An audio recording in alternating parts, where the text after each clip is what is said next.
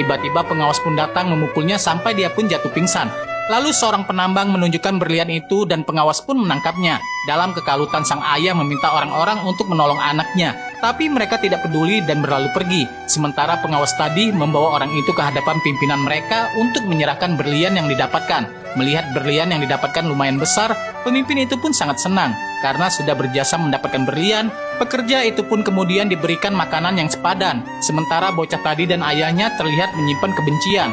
Lalu di malam harinya bocah ini pun mengeluh, mengapa hasil kerja keras mereka dirampas oleh penguasa.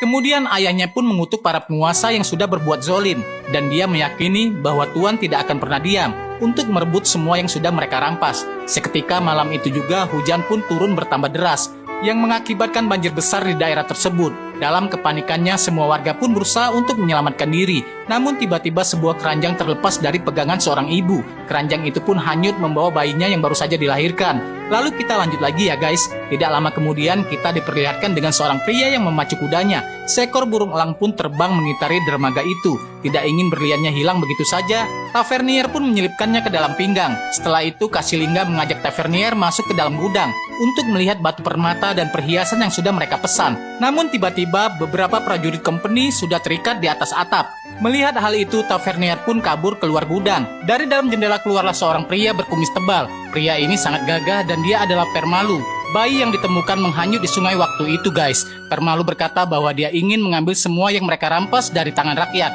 Tapi seorang prajurit company menyerangnya. Ketika mereka semua ingin kabur, Permalu pun melompat dari atas balkon itu untuk mengejar mereka. Dia mengambil tali tambang dan melemparnya sehingga prajurit company pun terikat dan masuk ke dalam air. Di sini Taver dan yang lainnya terus berusaha kabur. Tapi Permalu juga tidak ingin kehilangan mereka. Seorang prajurit melepaskan anak panahnya untuk menghentikan Permalu. Namun dengan cekatan, Permalu berhasil menghindar dan melumpuhkannya. Permalu terus mengejar Taver dengan melompati sebuah jembatan untuk melayang dan mendarat di sana. Singkat cerita, Permalu berhasil menangkap Taver.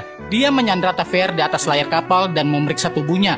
Permalu menemukan berlian-berlian itu dan mengambilnya. Kemudian dia pun segera kabur dari sana dengan melompat dan menyelam ke dalam air.